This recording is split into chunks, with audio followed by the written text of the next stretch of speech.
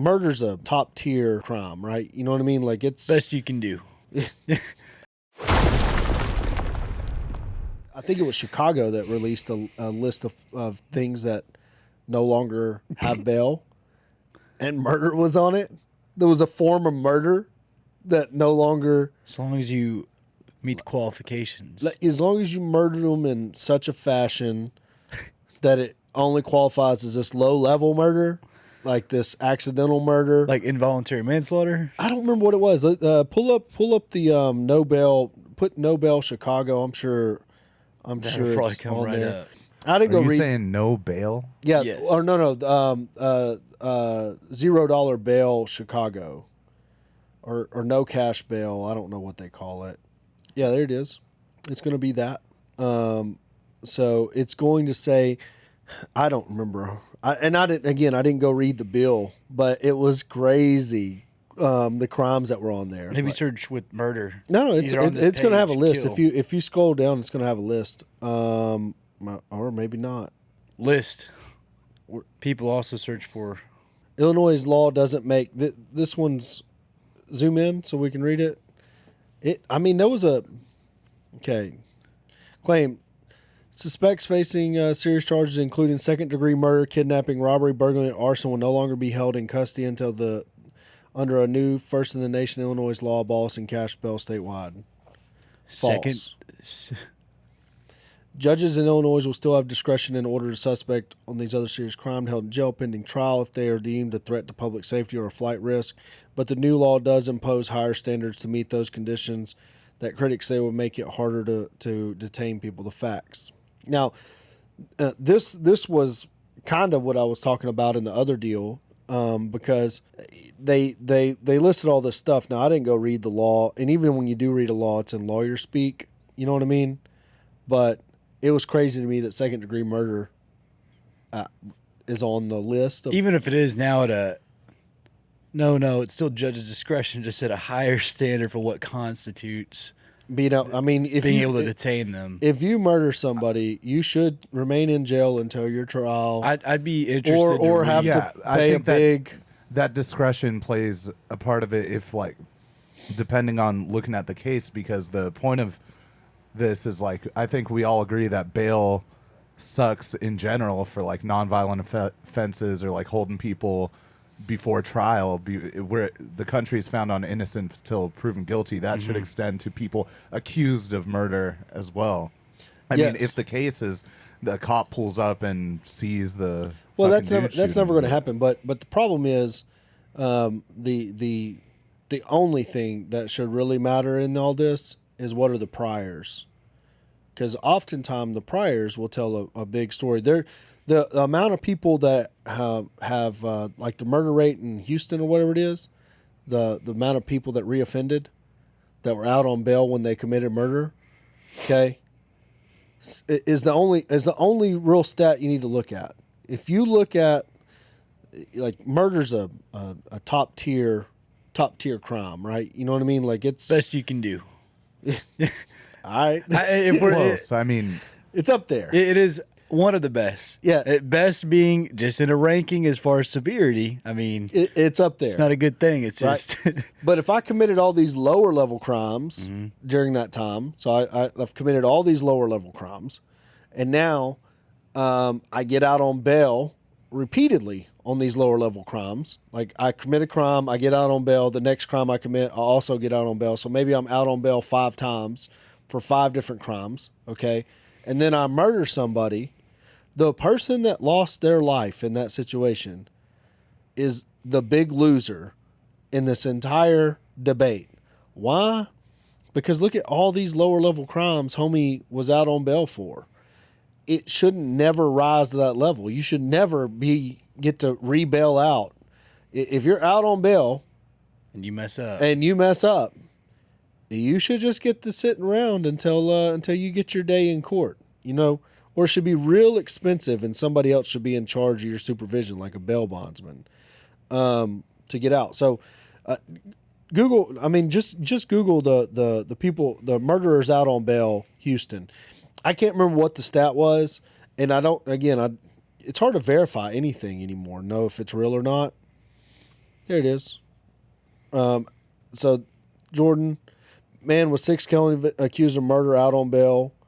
Felony convictions. Suspect charged of murder, Harris County deputy. He was out on bail. Suspects out on bond have killed more than 150 people in Harris County. That's in 1 year. What is this? What are we doing? It's like there's some data here. They should look at it and go, hey, we should probably look at this little data set here and formulate a plan to keep this from happening. Because if it's somebody first time out on bond, you probably wouldn't have any indicator. But if it's their 5th crime of the year, there becomes a point where it's like this ain't good. This is bad policy. Well, there's also a difference between like, you had a traffic warrant from 10 years ago versus now. Like relevance is a key factor there, I think. Now this is no fewer than 113 defendants charged with, says they're out on bond. According to the Crime Stoppers, 155 people have lost their lives to the hands of accused criminals cut loose from custody only to kill while on bond. What do these stats tell you? I guess I want to know more. These stats are really vague. They are really vague, but who do you think they affect? I mean, I think there has always been bond, even for murder, in certain cases. Well, like Devin Jordan posted a $1 million bond. So homie put up $1 million.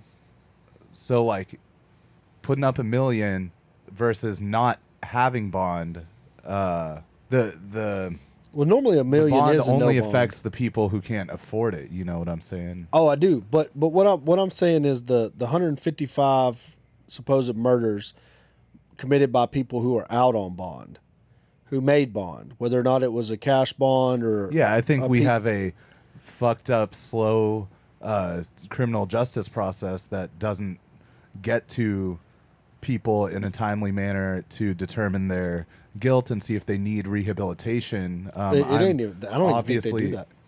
What? I think they're always pushing for the plea. That's why they spend so much time in pretrial and all that, is because they want you to plead down, and some of it is right. They want the attorneys stretching it out. It's the prison system. It's the complex wanting. It's the DAs. It's like wanting that conviction over what's best for the rehabilitation of this alleged criminal. Also, everything's backed up with the nonviolent offenses, with people getting arrested and filling up the jails and prisons that shouldn't be. But if we focused on the rehabilitation of these people, we wouldn't have them out. And of course, people recommit. What's this man with 6 felony convictions? Let's figure out who this might. Of course, they don't want us to know. Yeah, they're like fake news. Deep state. That's fake news. Click on the. Let's see what the guy that got $1 million is. Who is he? Oh man. I just want to see him. I want to see how rich he is in the picture. They probably won't make him look rich in the picture. Those are the victims' families. Just scroll down. It'll have a mugshot. They don't never put these up without. There's our criminal. So my dude there don't look like a guy that's got $1 million, simply because he looks too young. It's 21. That's wild. So he had to have $100,000 cash. Somebody had to have $100,000 cash from the post. Bail bondsman. $1 million, and he'll never get the 100 back. The 100 is vominos. So how does bail work? You get it back if you show up to trial. Okay. So he just paid $100,000 to walk around for a while. Somebody paid $100,000. I mean, this like when I seen the name of the dude, I was like, man, this is going to be like some business dude. You know what I mean? This is going to be some old, not a 21-year-old. Not a 21-year-old. It. Just imagine. Yeah, it was during a robbery, and I mean, so a 21-year-old, right now, 21 has access to $1 million or access to $100,000, which is basically the same as $1 million when you're 21, still feels the need to be out robbing. This story don't make no sense. Yeah, I don't know what's going on with this story. I always contend that crime is a result of the material conditions of the people who commit it and not... He should be a drug dealer. Better to have $1 margins. million. Yeah, I mean... Better off parking that in some cash flow in real estate. I mean... Devin Jordan. Yeah, Devin Jordan, I mean, you should have... If you're... Maybe he's a wholesaler. Oh. You know what I mean? Might be. He makes a lot of money, but I really don't. Obviously, if somebody put up the bond, does it say who bonded him out? No, just said he posted. Oh, he posted $500,000 bond. Hold on. He negotiated a cash offer. Posted a $1 million bond Wednesday. There's no way the bond. What is that wording? If you posted a $1 million bond, that Here, means zoom in. I can't read it. It's all I don't know blurred. how. Ordinary families are demanding answers after suspect charged with murder and their loved ones were released on bond twice. So $1 million bond. So he's got $1 million bond and a $500,000 bond. Oh my. He's got a rich family member. Like Galveston County, where he was charged with capital murder and shooting death of a League City businessman during a robbery last June. This was a no-brainer for no bond. Crime Stoppers, I don't know how you come to the conclusion that he's not a walking... There's a lot of corruption down there. I know for sure. And in November, Jordan bonded out on the Harris County Jail on a $500,000 bond for another murder charge. I've never in my life seen a defendant released on multiple bonds for capital murder in 2 different counties. 2 bonds for capital murders, that's not going to go over. Con said capital murder was the only crime in Texas where judges do not have to grant a bond. He said Jordan's history of violence should have been enough for the judges to keep him behind bars. Bro's rich, man. 21 years old, got access to $1.5 million, and the only thing he's out doing is trying to rob people. That's crazy. I would be more interested to know how the bond was done. I mean, is it charity? Is it GoFundMe's? You know what I mean? Where did the money come from? Because if my guy's got $1.5 million, I mean, shit, that's $15,000 a month if he just loaned it to us, and he wouldn't have to be out nickel and diming. Never have to work another day in his life. Yeah, like just loan it to us.